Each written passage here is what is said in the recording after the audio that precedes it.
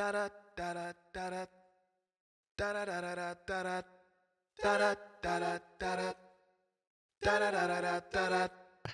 don't even know if Ryan's coming, so at this point, we're doing this regardless. I don't know. I'm assuming Ryan's coming, but I'm not. We're doing this regardless at this point. Who's Ryan anyway? It's this. We actually It's had Ryan Ryan person. for a while. I know, we should have recorded when that. Sherry was Should trying have to get merged it. them. Yeah, it didn't work. True. Well, okay. So you're saying, but the real test is, and mind you, Yes. Ryan there's is Ryan. here. Hi. Good Hello? morning. Oh, there we go. We got him. We're all already made it. recording, Ryan. So you're in. Excellent. Welcome, Ryan. No. Because Tina and I were water's debating fine. whether she's an extrovert or not. Then I was like, "Oh, I'm hitting record on this." Well, it's not a debate. My reasoning behind this is that I've taken every, and you know this, Ben, I've taken every, except for, well, I've taken Enneagram. I just can never remember what I am. I've taken every personality test that is available to me. And all of them are like, you're an introvert.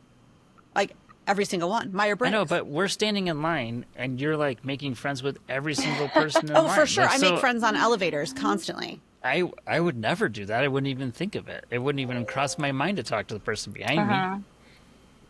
I just want people to be comfortable. I think that's, But that is. I like to take care of people. That's what I do, All I'm saying is, recording a podcast is much higher level of like.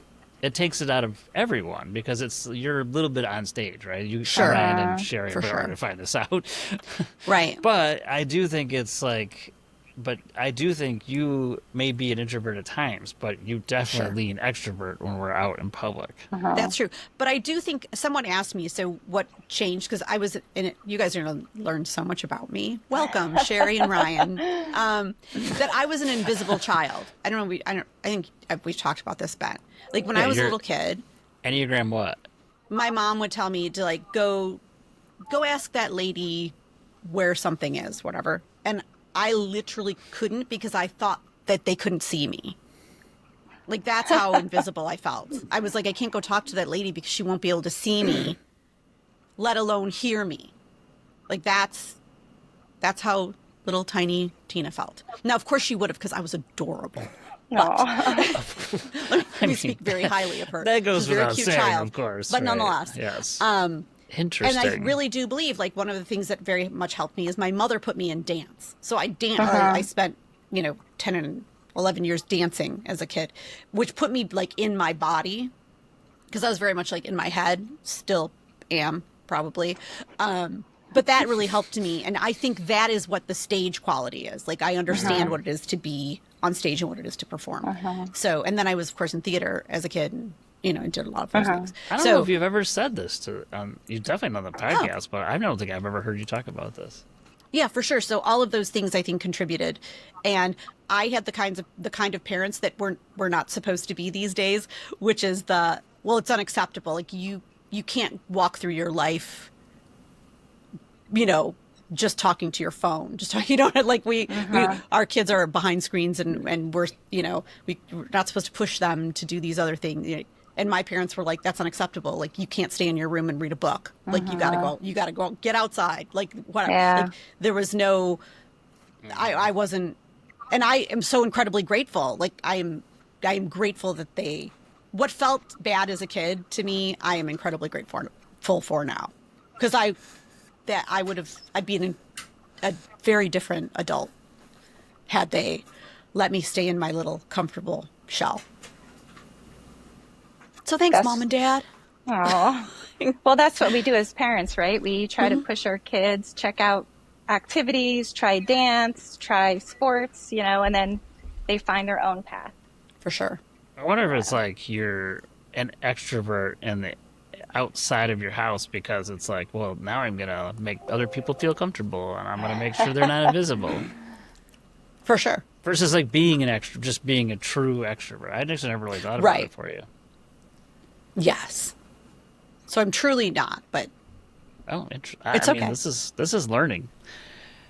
Ryan and Sherry, Tina and I have known each other a long time. So we've done a lot. We've done over 100 podcasts together. So I would seem at some point this would come up, but I don't know if it has, unless Tina's seething I don't right know. now. I It's mean, already this come is up, just- and she's pissed that I didn't remember it. But Oh no, I'm no, kidding, I I'm wouldn't. kidding. Why would Of you? course you're not. Well, I don't know why you remember that, but no, I'm all right, not well, mad. probably should get to our guest Topics. Let's introduce our guests. Welcome. Well, let's have them introduce themselves. We have Ryan Patterson and Sherry and Ines. How do you say your last name, Sherry? Just so Anushco. Anushco. Okay, I was Anushco. close. I would have Close, said yeah. Anushco. Okay. Why don't you guys introduce yourselves and tell the audience a little bit about you and like where you live and where you work and yeah, start there. I don't know, Sherry, you want to go first? Ryan, which one? Ryan, you look ready. Well, I was going to go right and say you could go first, but sure, I'll go. Yeah, I'm Ryan Patterson, Senior Director of Operations with Jefferson Medical Group, based in the Philadelphia region. So Jefferson Health is a pretty large health system that spans across Pennsylvania, New Jersey, mostly around the greater Philadelphia area. But as of last summer, we welcomed a new member into the family, and that's Lehigh Valley, who Sherry works for. So we're thrilled that we continue to grow and become one of the regions or the region's largest health system. And I've been with Jefferson since 2016. Seen a lot of growth since then. When I joined the system, I joined just as in our operations team for the academic medical group that was just in Center City, Philadelphia, and we've since expanded to bring on partners in New Jersey and some of the northern Philadelphia suburbs, and now we're all the way up into the Lehigh Valley. So it's been an exciting journey, and look forward to talking to you more about what we do. So Ryan, just to clarify, you're on the physician side? Correct. Yeah. So I'm in the medical group. Okay. So our group manages a little over 300 outpatient practices across the region. And you lead like PFS, like billing, or what's your... No, so I'm director of ambulatory operations. So we do lead kind of professional billing operations when it comes to registration and making sure that we get paid for all the great work that our physicians do. But a lot of my focus is on patient access and patient experience, as well as, as much growth as we've taken on over the last 10 years or so, just trying to standardize operations across the practices. Most of our groups are on the Epic EMR, aside from the legacy Einstein Healthcare Network. They joined us a couple of years ago. They're still on Cerner, but integrating over to Epic with us next year. So a lot of my team's focus is on standardizing operations so that when you walk into a Jefferson practice in downtown Philadelphia, it looks and feels the same as if you walk into Cherry Hill, New Jersey. And eventually, we look forward to integrating and learning some best practices from the Lehigh group and making them part of that journey as well. Cool. Okay. Great. All right, Sherry. All right. Good morning. I'm Sherry Onushco, and I am the administrator of outpatient registration with Lehigh Valley Health Network, part of Jefferson Health. I have been with the network for 32 years. I started in 1992. I had some roles with quality, and I've been in this role with patient access for the last 10 years. And we have over 100 locations. So that includes, and I oversee registration. So it includes all of our emergency rooms, our outpatient surgery areas. We have a children's emergency room, health centers, over 60 outpatient rehab locations, and we're growing. So we have some new health centers opening. We have micro hospitals, which the registration team reports to me. So just like Ryan said, we interact with the patients. So we are seeking a great experience for our patients and our colleagues. And of course, when it comes to the financial side, we want to make sure that we get paid, and registration plays an important role in that to ensure that what we're entering into our medical record is accurate, that we're able to get paid for those services. Okay, so you're both in access. You're both Yes. kind of front lines. Yes. This is where I started. So you guys know, I started in the ER. Got it. Registering or figuring out if we could do copays from patients in a rough area in Detroit, and it was quite an adventure, but it was fun. So yeah, that was my bread and butter for a long time before I moved to PFS. So good people after my own heart. This is going to be fantastic. So it sounds like you guys are. So we got connected. Now I'm forgetting, but we got connected because I heard you guys were doing some cool stuff. So the first thing I heard of, and so maybe I want to hear more about this, was that you guys were registering in the ER from a centralized location, or at least trying. Yeah. And I'm fascinated by this because if you've ever worked in an ER, which I know you guys have, it was, and I say this across the board, I would say 30% open staffing rate usually. Like you're missing 30 open, you have 30 open positions or 30% open positions in any ER across the country because it's just so hard to fill and people come and go. So Sherry, I'm assuming this is your purview. Like, tell us about what you guys are doing and what's worked and what's not worked. Sure. So we have remote registration. We started to trial it at our small hospital at Hecktown Oaks. And when we started last year, we had to go into the room, turn on the television onto channel 19, and then go back to, yeah. Okay. And that evolved. So it's, the television has a functionality now.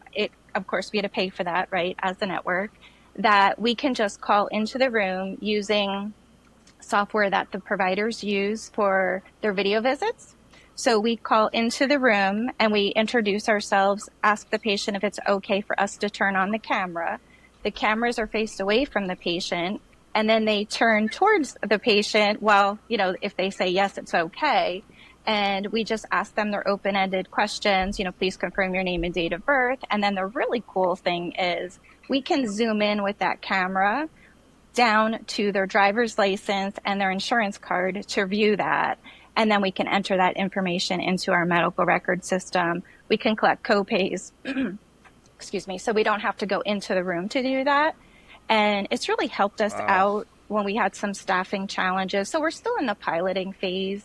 We didn't move to the next step to figure out how are we going to operationalize this throughout the whole division. So we've had issues on night shift at one of our larger emergency rooms. So we would call over to Hecktown Oaks, and then they would call into those patient rooms and complete the registration through the television. Because you really don't have to go in and see the patient.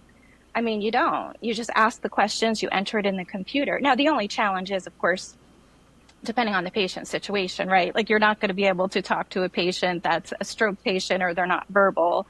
So we still have to have registration in the back because we have ambulances coming in, traumas and those types of patients that we go into the room.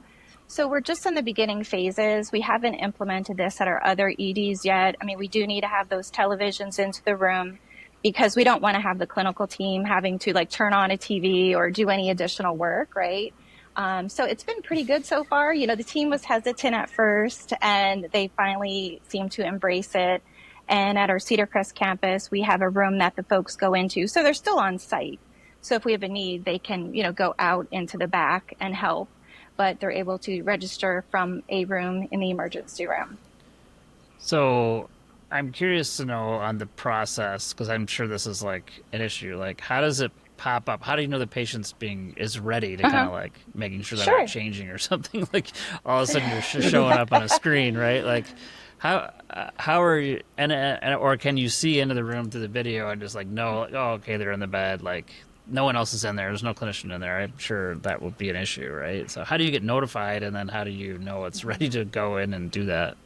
So we have a track board that we monitor. So we're able to see, of course, because of Antala, since she worked in the ED, right, we can't, do any registration or ask insurance questions until the provider saw the patient.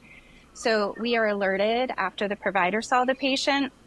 We also can see if they had any tests or if they're going for any tests.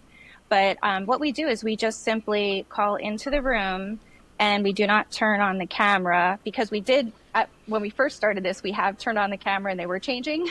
So we learned from that. See? Hey, we learned. I don't know why my mind went there, but. Ask the question. So we will turn, you hit a button, you call into the room, it rings, and then we introduce ourselves, and then we do not turn on the camera and start facing it towards the patient until the patient is available and ready and is agreeable to talk to us. And then the really cool thing is they can see on the television what we see. So we see them, and then on the bottom of the screen, they can see what we're seeing. So they see their stretcher and them on the stretcher on the right side of the screen on the bottom. So they know we're not like zooming in onto anything we shouldn't zoom into. And it's a really cool function. And it's fast. You don't have to take your workstation on wheels from room to room to room. You could call in one room after another. So it's really quick. Now, a quick word from our sponsor. Physician billing underpayments pose a significant challenge for providers. Significant claim volume, low reimbursement, and the complexity and number of contracts means health systems often don't dedicate the time, resources, or technology to identify these opportunities. These needles in the haystack are difficult to locate without scalable, comprehensive technology. Switch RCM's intelligence platform addresses this challenge by identifying payment pattern variances at scale. By aggregating 100% of your 835 and 837 data, they uncover hidden insights and trends, enabling you to tackle underpayment opportunities and mitigate risks before they escalate into larger issues. Their algorithms both identify underpayments and also provide the ability to instantly categorize underpayment issues. This ensures you spend less time trying to connect the dots between all your issues and more time submitting accurate and consistent listings to payers, ultimately translating into quicker resolution and payment. Go to switchrcm.com for more information. Now back to the show. Interesting. Yeah. I don't know, Tina, what do you think? You're a patient. I think it's cool. I don't know that I'd want to see myself just It's very small. It's probably very true. personally. small. Personally, I don't know if I want to see that because I feel like it's always disturbing. Yes.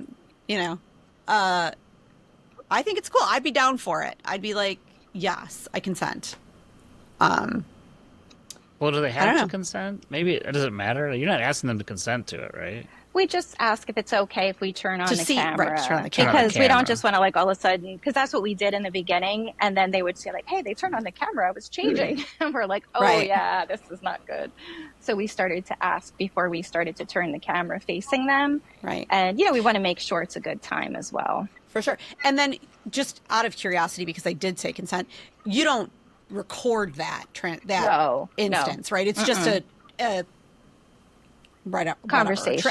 a conversation transaction, Yep. and then it's over. and But you could done. take a screenshot of like. Oh, we were couldn't you not take allowed to. We're told Yeah. not Couldn't you take to. a picture if they like put up their license or their insurance card? Couldn't you ask them and can I take a picture of that?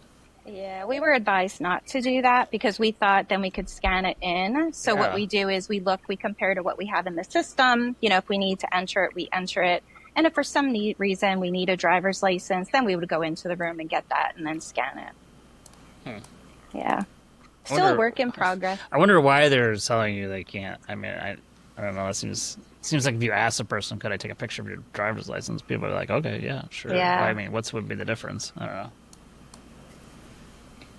Interesting. Yeah, I think that's interesting. On the outpatient side, we have, I think we'll talk a little bit about our registration. And we have a new ambulatory tower in Center City, Philadelphia, the Honickman Center that opened April of 2024. And pretty large building, but the footprint of the building is interesting in that it takes up about a half of a city block. And the way that it's laid out wasn't very conducive to having traditional check-in or check-out desks. So we'll pivot back and talk about the check-in, but on the check-out side, we have a process in place, a lot of parallels with what Sherry's talking about, and we call it virtual checkout because we couldn't fit traditional checkout desk in the space. So in our exam rooms in the building, every exam room has a whiteboard, which, effectively is a TV with some enhanced functionality, but we've got the same sort of process in place where when the ambulatory visit is done, whatever follow-ups the clinician has ordered, whether it's follow-ups in that same specialty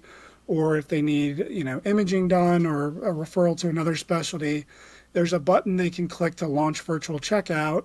They bring in a remote scheduler via video to that exam room, and then the clinician can leave, and the virtual checkout representative can then schedule the patient for that follow-up care. But there's a lot of the complexities that Sherry outlined in some initial sort of, lessons learned around the video in the room. In the outpatient setting, it's a little bit different because the patient has, knew they were coming to an ambulatory visit, so in theory, got dressed appropriately and is there to be seen. That's not always the case in the ED or the inpatient setting, as we all know. So, but there is some protections in place. The camera has a big bright light around it that it's very apparent when it's on. And if in those specialties where patients are changing, there's a setting on the whiteboard. So when you launch the virtual checkout, the patient, you can either say like, patient needs to change. And then when they're done, they can like click the button to kind of, signal that they're ready. So I think it's interesting that we're using that similar functionality in different ways. But from a staffing standpoint, at least in the virtual checkout setting, it's a much more efficient model because we have a pool of centralized staff that can sit remotely and sort of service all those follow-up care needs that, it's a 19-story building. So if we had a checkout on every floor, we'd have to staff that much differently than we do with this sort of centralized pool. Yeah, that's fascinating. I mean, it's always been like the issue in access is always you can't take cost out because you just had to have people in a sheer number of places, right? Sure, just when you did your intro, you walked through like all these places. You and Ryan both did. It's like, well, those all have to have people like staffing it, right? But if you could limit that and like centralize a big function, and this is always why clearance was so, scalable, because you could centralize a bunch of that function off site, right? And make a lot of phone calls for a lot of people. But this access has always been probably the problem area. You guys are identifying two ways you're going to be able to centralize. Because Sherry, you're in the early stages, but I could see how you could scale that pretty quickly to a really large group where those people registering people aren't even in the same county or country even. Do you find that a certain patient population is more accepting of this practice? Like, I have elderly parents. They would hate that I just call them elderly, but they're not necessarily like the most tech savvy or accepting of like, oh, there's a camera on the TV. What's happening? So do you find like there's certain people who are like, oh, this is cool, and certain people who aren't, or is it working kind of across the board? What are your thoughts? So what we do is when we're looking at our screen, we look at the ESI, so the Emergency Severity Index. So if we see someone that's like a 2 or a 1, we're not going to use this for them. So it's really those people that are there that maybe don't even really have to be in an emergency room. That's a whole different conversation. And so far, it's been going really well. I mean, there have been people that say, they're not interested or no, and then we do go into their room. And, it has been working well. Some of our challenges had to do with the sound. We have heard that the televisions were too loud and the clinical team could hear it, especially on night shift. So we worked with our IT team and the volume was lowered a bit. They wanted to have a standard sound. So that way, it was what they felt was reasonable, and it was very loud. So we were able to adjust it. But yeah, I mean, it's been going pretty well. And some patients have said no, but it really hasn't been based on age that, I can remember talking with the team members. Yeah, I could. There's so many possibilities here. I mean, I could actually see where.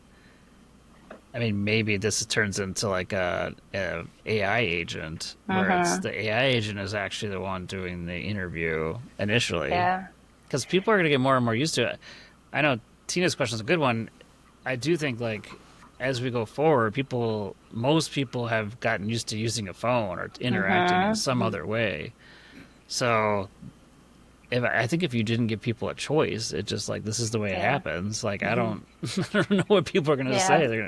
They're not having to interact with their phone. Like, this is how it's going to happen. I don't know. It feels like there's not much of a choice.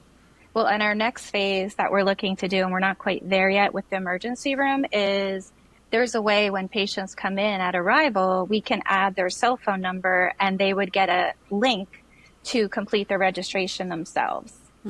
So we're still working through that because we have to make sure the medical screening exam was done and get that build in place. And then we would see on our screen, so we wouldn't even need to call into the room, right? Patients, because right now about 40 to 50% of our patients do e-check-in for outpatient appointments. So if we have this in the emergency room, we might not even need remote reg, or that could be part of it, but they would be able to complete their demographics and upload their insurance card on their phone. Are you guys using a third party for that, or is that through Epic? It's through Epic. It's called it's ED Self Arrival. So we've started the work, but there are some pieces we need to get into place, and it's really cool. Like, I'm really excited. That's the next phase for us. Sounds awesome. Ryan, do you have a similar check-in? You said you talked about check-out, but what was your check-in thing that you were talking about? Yeah, so at the Honickman Center, as I mentioned, a new building, and we really consolidated about 20 practices into the building. So they were previously spread out across, our Center City campus, and now all practice under one roof. And so what we're doing from a registration standpoint is we have in our lobby of the building, we have 12 registration kiosks. And so, the benefits of Epic are that we register at the same time that we schedule, but a lot of times, depending on how long the appointment is from when it was initially scheduled, a lot of that information lapses or needs to be refreshed. So, we get a pretty solid registration at the time of scheduling, and then anything that falls out between scheduling and date of service, we do have a pre-registration team that can go into Epic and work some work queues and clean up those gaps. But when the patient actually arrives at the building, traditionally they would go to a front desk, finalize that registration. Today at Honickman, they go to the kiosk. We staff the lobby with what we call patient ambassadors. So they're there to sort of make sure that the patient is comfortable with the process and that they can get through the kiosk screens. Probably 75% of the time, a patient is entering name, date of birth, and zip code, those three identifiers. And then if they've done, if they were already fully registered, or if they've done e-check-in that Sherry referenced, we're having about 50% of patients complete e-check-in. If they've done all of that, then it's a pretty quick, maybe complete one or two more fields, and then it says thank you for checking in and tells them what floor they're going to. If they've completed e-check-in, it can be as quick as scanning a QR code that you get at the end of e-check-in, and then that checks them in. But if they need a more robust registration where they're scanning insurance cards, they're scanning their photo ID, they're paying copays, all of that can be done on the kiosk as well, provided it's a credit card copay. If it's a cash or check, those need to be addressed upstairs on the floors.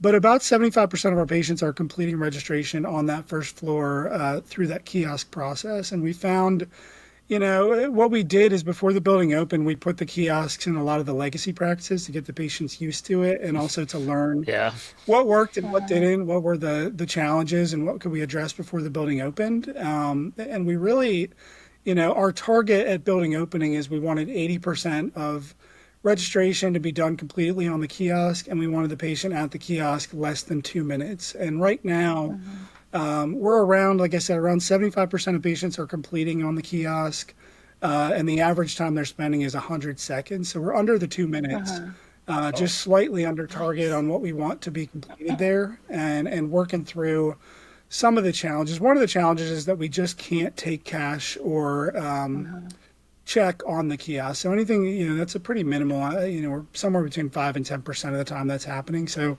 that can't be addressed on the kiosk. Some of the other things that are, that we're working on are referrals that may be in the system, but there needs to be something, some loose end tied up, other things like that. But we're pretty happy with how it's going. It was a pretty drastic change. We're in the, historically in our practices, you would walk in and see, anywhere between 2 and 6 people at the front desk, depending on the size of the practice. And now to sort of flip that model to where it's all being done a little bit differently. Of course, all the work is the same. It's just being done in different ways and in a little bit more centralized. Again, from a staffing model standpoint, there's some efficiencies there, and the patient experience has been, pretty positive. There was a lot of hesitancy around, just patient technology resistance in some cases, but having those ambassadors there that are used to dealing with all levels of technology competency and adaptation, that's been a good model to have because the patients feel supported. And a lot of the patients, it is a specialty care building, and we have, infusion there. So we have a lot of repeat patients that come, in some cases, So they'll multiple times know a it, week, right? come in, multiple times a month. So once they've been through a couple times, it's very quick and they're used to it, and the feedback's been pretty positive. I laughed earlier because I was like, kiosk, man. I haven't heard, like 20 years ago, people said kiosk would be like take over everything, and it's taken a long time to get. Yeah. Well, I'm curious though, Ryan, on your thing. I mean, it sounds really interesting. I have two questions. One would be like, how much staffing did you actually cut back on? Like, how much you actually cut out? But my other question would be like, do you see it moving more and more to phone, like, and not even necessarily needing kiosk? Like, could you skip a kiosk if you like did it? And I guess maybe I missed that part because Yeah, if I did everything on my phone and I was ready and I just did it like the day of, could I skip a kiosk, or am I always going to a kiosk? I wish you could. I really wanted to skip the kiosk, but if you fully check in and you pay your copay, we don't have an IT solution in place right now with a QR scanner anywhere but the kiosk. But effectively, when you're scanning that QR code at the kiosk, it's just a signal to the team upstairs that, all right, the patient's in the building, they're here, we know they're already checked in, they're on their way up. So in an ideal world, what I was asking for leading up to the building opening, and we, a lot of the plans were laid, and we'll probably get there eventually, was just some QR scanners at the entry points for those patients that are fully checked in, so that they don't even have to go to the kiosk. But we're not there yet. I think we will get there. But we're not there yet. But You mean there's a QR code on my phone? Once I check in online, you're saying there's a QR code on my phone, I have to scan it somewhere? At the end of each check-in, you get a QR code. So then when you arrive at the building, you scan that QR code.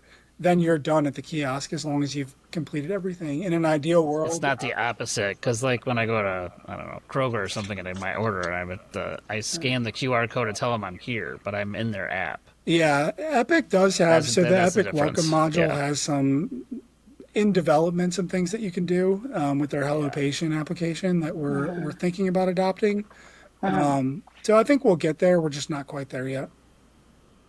Well, and don't you need, Brian, just because you were talking about the size of the building, like that QR code too could be like a signal to like, and please proceed to, the 9th floor or whatever, right? It would also be to be wayfinding Exactly. for the patient. That's exactly right, because the building is very large. There's a cafe on the 2nd floor, so some patients may get there an hour and a half before their appointment, decide to go to the cafe and have a coffee or lunch. So there is, Because it's going to take them that long to get to know. Ideally not. I need a beverage for the walk. Apparently. Ideally not. But yeah, there is that kind of, I'm here in the building. Then when you're upstairs, another QR scan to say I'm on the floor. And that's the signal for the team in the back to come out and the patient's ready for rooming. So, there's some technology shortcuts that I'd like to see us get in place. But we've come a long way from where we were, 2 years ago to where we are today. I think in the next year, hopefully we'll make some additional strides to cut out a couple of the steps that exist today. And how much staff have you taken? Like, what's your projection on like how much staff you took out? And it could be like, I know it's a new building, so if you had just done it the old way, like what would it take? Like, just get, even if you rough Yeah, so we estimate, I'd be definitely were curious. conservative in our staffing model in the building, because when you're opening a building of that size with so many new workflows, the last thing you want to do is understaff it. So we're still in kind of that opening phase. I would estimate on a registration staffing side from both the check-in and check-out staff, from what our legacy practices look like, I think probably about a 15 to 20% savings overall. And that wasn't done, that's really happened through attrition. If staff, resigned or changed roles in the lead up to the building, we would take that role and either, reallocate it to one of the centralized functions, or if it wasn't necessary, then we would sort of, through attrition, right size for the new operating model. But yeah, I would say 15 to 20% is sort of what you could realize when that model's fully formed. And now you're rolling. Just clarifying, are you rolling this out to all your legacy spots? Then this is a new build, so this is the opportune time. Yeah, kind of our marching orders right now. Are any new builds that we have are going to have the kiosk check-in and virtual checkout. It's kind of hard to fit out. Some of our buildings, especially in the center city market, are in really old buildings. So anytime you're trying to, retrofit to make some of these operating models work. It's not an easy or a cheap solution. So we have to kind of be careful on what we do there. But any new builds or any of our recent builds, even in the last couple of years where we have the opportunity to go back and revisit, that is the goal. But we don't necessarily have a goal that says, in 2 years, even all of our legacy practices will have this. But there's definitely an interest in pushing it out to as many places as we can. And if you guys would, I'd be curious from both of you, like e-check-in across both of your areas, what percent of like people are doing e-check-in? Because they can do that anywhere, right? Or is that only limited to certain spots? On the ambulatory side, yeah, it can really be done for any appointment. In the Honickman Center specifically, we're at about 50%. I would say in our other buildings, we're probably running closer to 40 to 45%. And that's completing e-check-in. So that means you did everything from any clinical questionnaires that were part of it. Your registration's fully complete. It's really, you should arrive at the location, let someone know you're there, either by the kiosk, or if it's one of our traditional practices, then you let the front desk know you're there, and then you're done. So that's, running anywhere from 40 to 50%. We would like to get that, higher, obviously, the more the better. It takes a MyChart account to do it. So about 90% of our patients are on MyChart. Have MyChart accounts. Active in MyChart is probably a little bit, you're down to maybe 70%. So certainly there's opportunity to improve that, and we have a great interest in doing it. It's really about, in the case of the Honickman Center, some of these new builds, marketing the advantage to the patient of doing it. You're really going to save time at your appointment. We're going to get all these data points. We need to get all this anyway. So if you do it in advance, it is actually going to make your patient experience when you come to the building better and more streamlined. And I don't think we're quite there with selling that benefit or making the patient realize. I think when people have repeat visits and they come often, then they're more likely to do it because they see kind of the impact. But I think we need to market it a little bit better to get those rates up. Yeah. Now, a quick word from our sponsor. Are you a healthcare organization in California, Washington, Idaho, Western New York, or Eastern Pennsylvania? If you are, there is a good chance you may be leaving money on the table with your Blue Cross Blue Shield plans. The reason? Within these areas, there exist multiple Blue Cross Blue Shield licensees with overlapping territories. Healthcare providers in these areas have the ability to maximize their revenue for out-of-state or out-of-area Blue Card plans by directionally billing the local plan offering a higher allowable amount. Switch RCM leverages proprietary software that employs predictive analytics to assess discrepancies in contractual reimbursement rates and identify which Blue plan offers higher reimbursement. Switch subsequently will direct the initial claims to the Blue payer with the higher negotiated reimbursement rate. This results in significant reimbursement improvements to providers. And because Switch RCM performs this work pre-bill, it eliminates the need to void and rebill claims, ultimately reducing time and expense. Go to switchrcm.com for more information. Now back to the show. Interesting. Sherry, what do you think? Well, I really like e-check-in. We use it in our network as well, and we have, I would say, 45 to 50% of the patients use it. And one thing that we strive with our team is to have some standard scripting. So when we look at our our DAR, our list of patient appointments, we'll see that you did e-check-in, right? It says e-check-in completed. So we want to acknowledge that. So we say, thank you for using e-check-in. Let me just check a few things here for you. We want to make sure everything is scanned, just in case we need a new insurance card or license. And then we let them know, thank you, and then they're done. So it is so quick and easy. And by telling the patients that and thanking them, it just helps with them using that function. One thing that we also have tablets or kiosks in our areas, and they're used, but not as frequently as we would like. And a lot of it has to do with the placement. Some of our areas, we use them for patient queuing as well at some of our health centers. So we can indicate whether the patient's there for walk-in, like a lab or EKG or an x-ray. And then if they're there for a scheduled appointment, they can self-check in. So we've been successful in some of our health centers using that. One of the areas in outpatient rehab that was the best thing ever about right before Epic, I think it was like 2 years pre-Epic, is that we have a little blue card we give patients with their barcode label. So once they have their first appointment with an outpatient rehab, we give them that label and that card. And then when they come back for their subsequent appointments through that whole plan of care, they just scan their card at the tablet and enter in their birth date or the last 4 digits of their social security number, and they're checked in. And that's all they have to do. So they just, and then our front desk can focus on scheduling. They can focus on answering phones, getting in new patients, and helping, answer the phones and scanning. Well, we don't have to scan as much because we're trying to go as paperless as much as possible. But that's another cool feature. That's really been helpful for our team, because then the patients don't have to wait in line, right? Because they just go up and scan it. So if we're scheduling someone, that takes a while. And the funny thing is, Tina, you mentioned people of certain ages and not wanting to do things. While I was rounding at a cardiac rehab location last week, I was talking to Caroline, and we were talking about the tablet.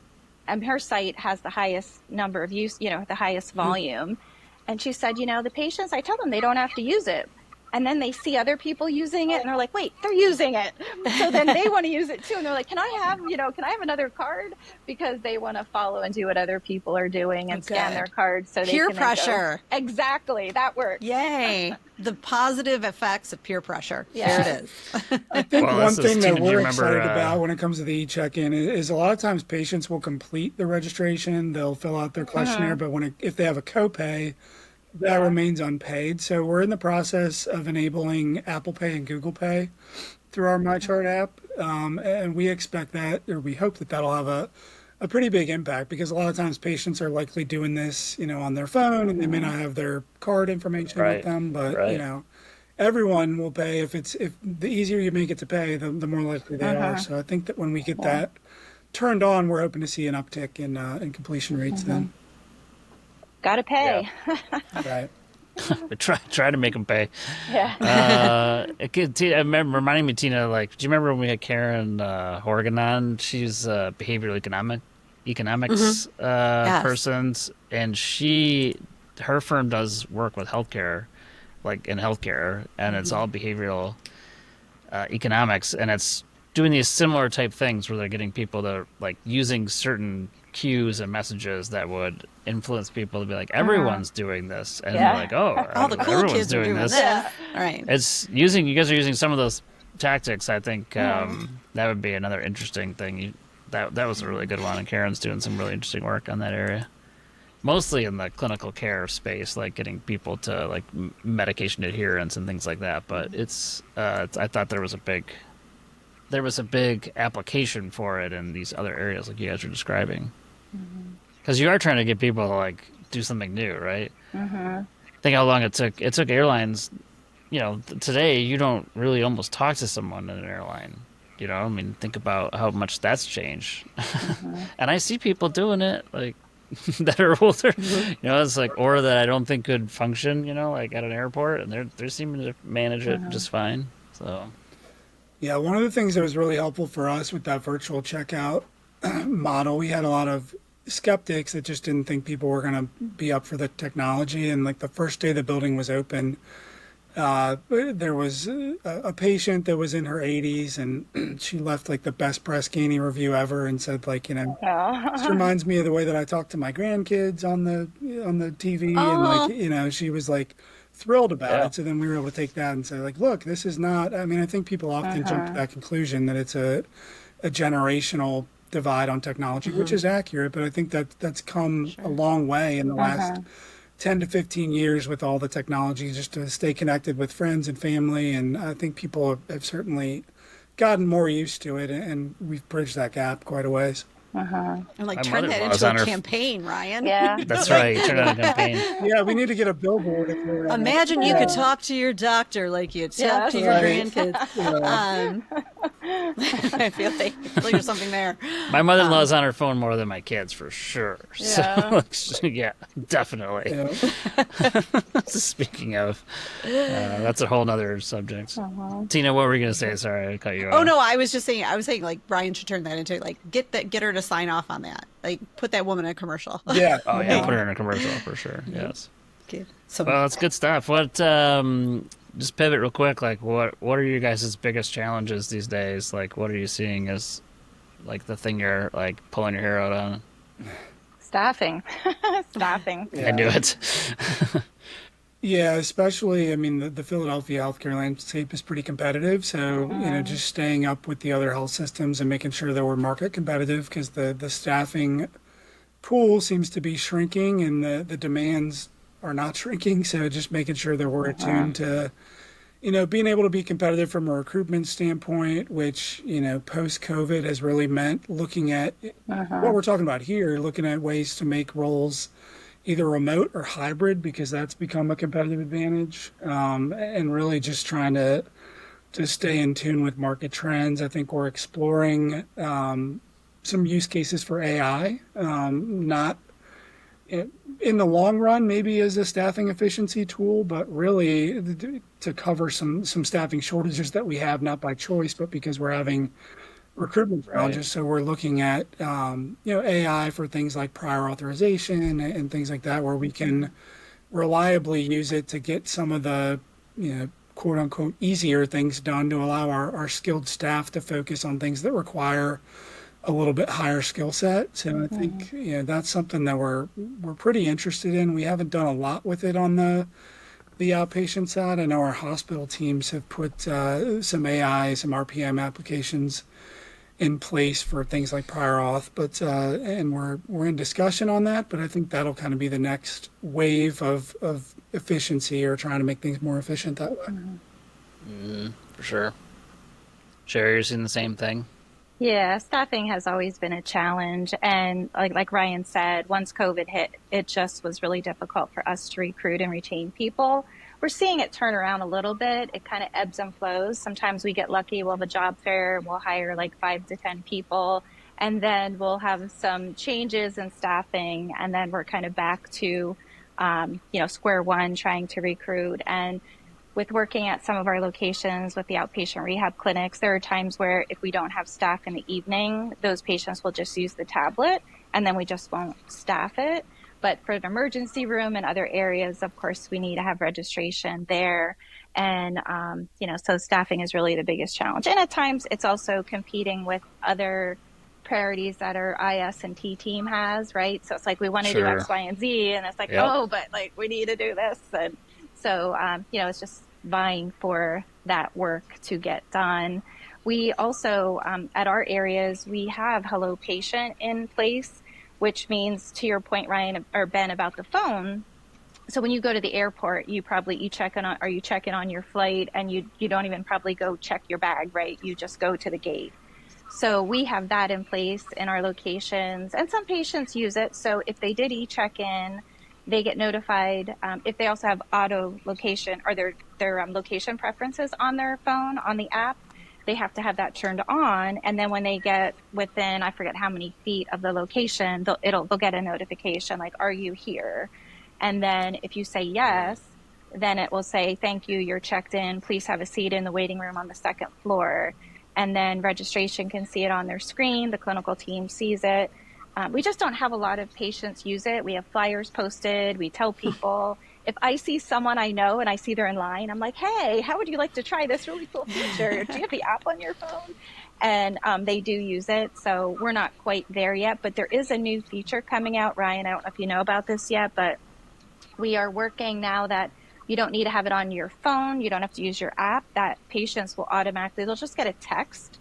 And it won't be based on location. I'm not sure what it's based on, appointment time maybe, that they'll get a text and then they can click the link to say if they arrived, and then it will direct them, as long as, of course, you have to have done the e-check-in. Otherwise, you'll be directed to registration. So that's a really cool feature. And I wish more people used it, and we're trying to reinvigorate that again. So Yeah. we'll see how that goes. Yeah, definitely the more that we can push to text message. I think about our appointment reminders. We have a text or a voice option based on the patient's preference. We have much higher success on getting those appointments confirmed when the text is the vehicle there. So I think that's we're always looking for ways to boost our texting capabilities. Unless it's an people don't app like that people are unless it's an app people are using all the time, it feels difficult to like have your my chart as location an on. app. I don't want them to know where I am. Well, even as a location, you might not have the My Chart app, right? You probably true. don't have that like downloaded to the phone. I don't even think I can log in. You don't? Do you want to sign up? No, I don't. I don't think I do. No, I don't. No, I don't. Thank you. No, I'm good. No, it's good stuff, guys. Good stuff. I don't see any thoughts, questions. I have one big question, and it's probably after 11 years. I've only known about revenue cycle for 11 years. Look how late to the game I am. I'm going to challenge our 32-year veteran here, Sherry. Was it ever easy to get paid? That is my question. Was it ever easy? Well, I think it's easy now for healthcare organizations because it's easier now than it's ever because been. it's electronic, right? So a lot of claims for our payers, and I don't work in billing, but I just know this because I review a lot of accounts. A lot of claims are billed electronically. So, as soon as the bill drops for hospital services, it's in 3 days, as long as, of course, everything is where it needs to be. The bills drop, they go to the payer. We can get paid within 15 to 30 days. Okay. All right. Yeah. Well, see, that's the question. Because I hear often, I read a lot, I see a lot, I talk to people a lot, and it's like, getting paid, we need to get paid for our services, blah, blah, blah. So I'm like, has it always been a problem, or is this a new problem? Yeah, I think it's still a problem. The actual so it's always been a problem, but it's like, is it improving, or is it a bigger problem now because things have changed in a way that has made the problem different? Is it a different problem than it used to be, perhaps? I would answer the question that I think that there's more scrutiny around complex patients than ever before.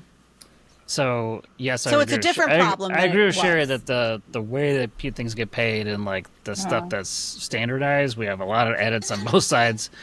Yes, those are easier. What we're dealing with today, I think, is another 3 levels up from what we used to deal with probably even 3 years ago. That is the complexity level that insurers are arguing and holding cash. Yeah, that's what I was going to say. So the process of getting paid is getting easier and easier, but definitely easier. What you're going to get paid and coming to an agreement on what the payment's going to be, I think continues to get harder and harder. So. At Jefferson, we have a pretty unique, or not unique, but we're one of the few systems. We own our own health plan. So we have a Jefferson Health plans that was previously Health Partners plans that gives us a little bit of, flexibility because we can, waive prior auths or have a more streamlined approach when those patients are getting care at Jefferson. So certainly we'd like to see that model replicated across other payers.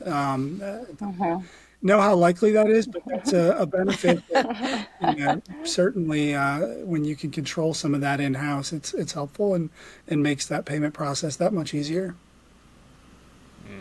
That was my big question for today. Thank you. That was a good one. All right. You're welcome.